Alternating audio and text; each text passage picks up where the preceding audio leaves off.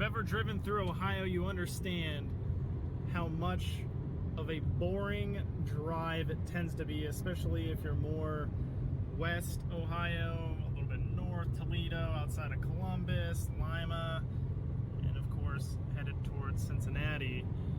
It's just a bunch of flat farmland everywhere. Heck yeah, there's a new Gen 9.5 behind me on the highway. Shout out to the person on 71 South that's behind me. Rock on, my friend.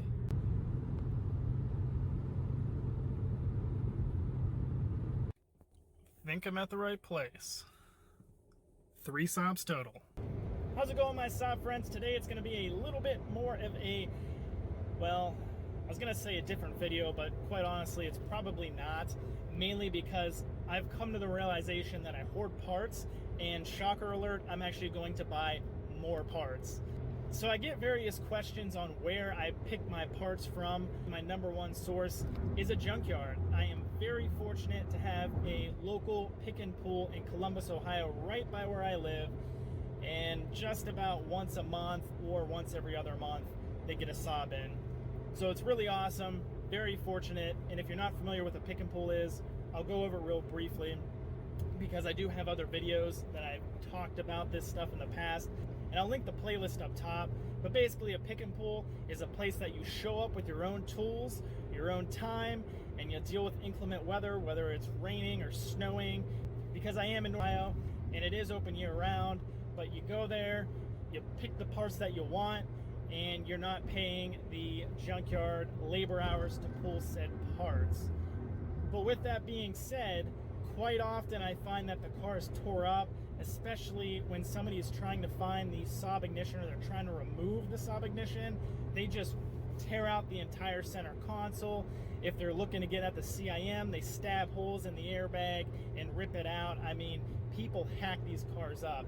And also too, they go quickly. So I have alerts on my phone, and if I get a notification that there's a Saab in that local junkyard near me, if I'm not there within a couple hours or that same day, more than likely somebody has had their sticky paws on it and has done some damage or pulled anything worthwhile.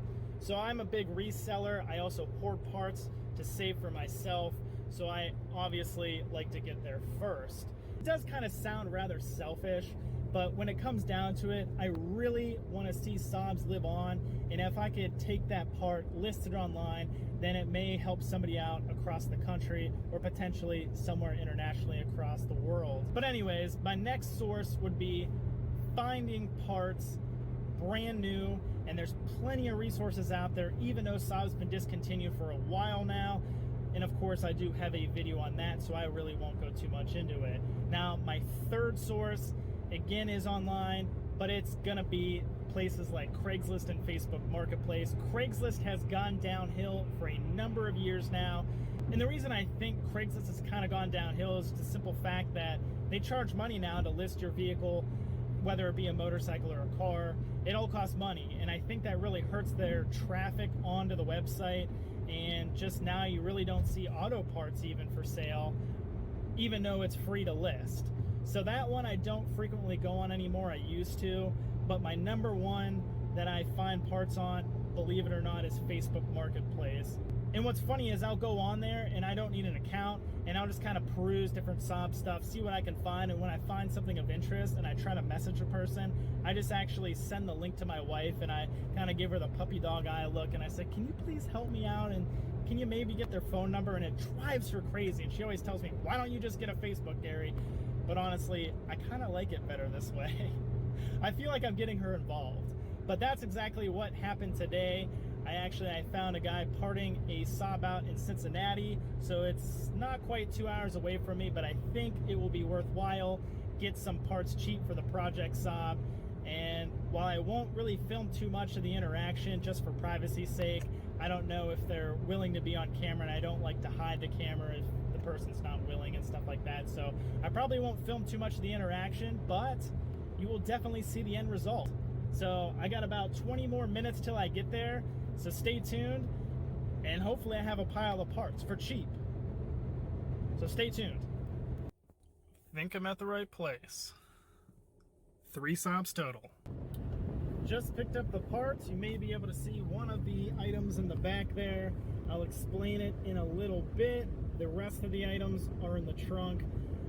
I actually have a ton of stuff, just not like Saab stuff in general. I just have a lot of junk in my trunk, so it's even more junktified with Saab stuff. So I'm gonna time warp here real quick, and then I'll show you what I got.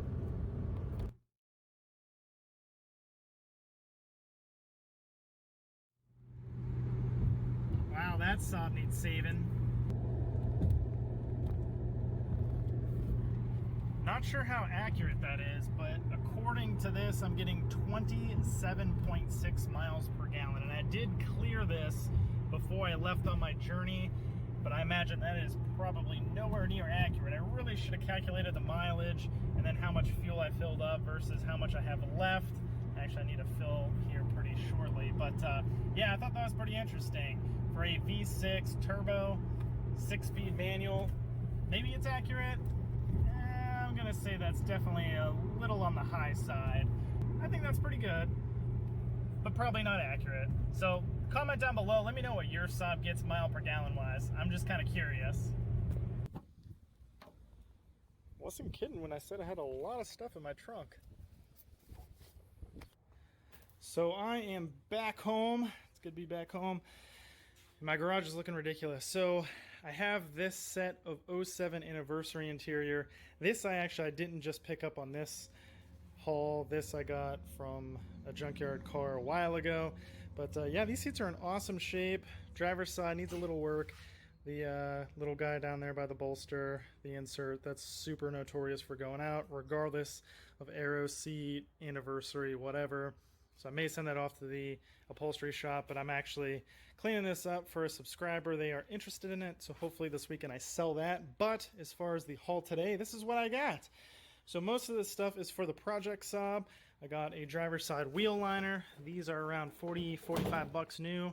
Even comes with the push pins and the little nuts on that. Pretty cool. Got the sat nav radio, which is an awesome haul. If you know anything about these, this is the connector in the back for the vehicle speed sensor. You can actually make your own. But this I'll be doing an install in the Project Aero car. If you're not familiar with installing a sat nav in your Saab 9.3, I did a video. Click up here and you'll see how I did that. I got some floor mats, just some used ones for the Project Aero. Got a floor jack.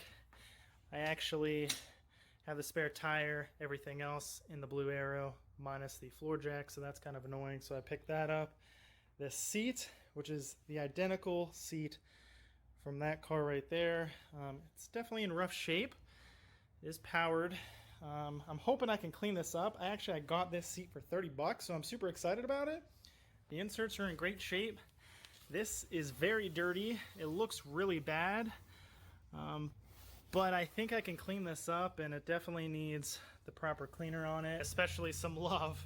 But my idea for this, I'm actually going to pull out the electrics at the bottom. I'm going to put a manual seat bottom adjustment on it. And what I'm going to do, I'm actually going to turn this into a computer chair. So that should be kind of interesting. I will do a video on that.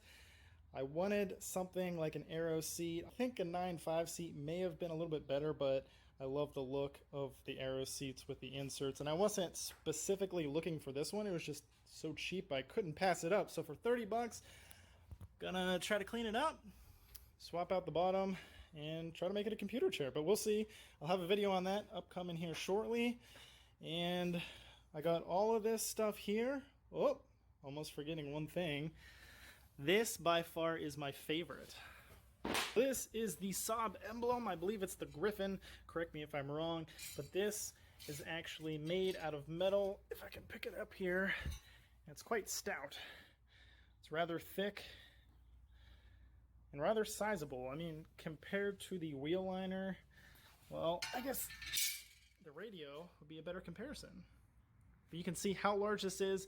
And the same guy that I got all these parts from, he actually makes these with a water plasma cutter, I believe, and they're not exactly for sale just yet. I think he wants to fine-tune a couple things, but man, does that look cool.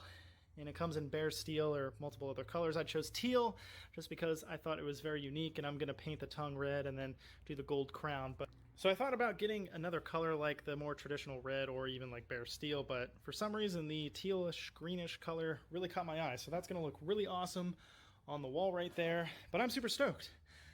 Got a whole garage full of Saab parts. Got my beautiful red Saab out there. Blue Saab is coming along.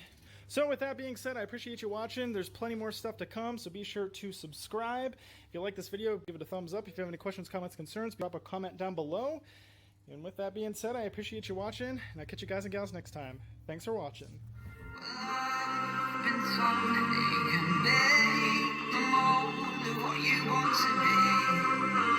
Stay true.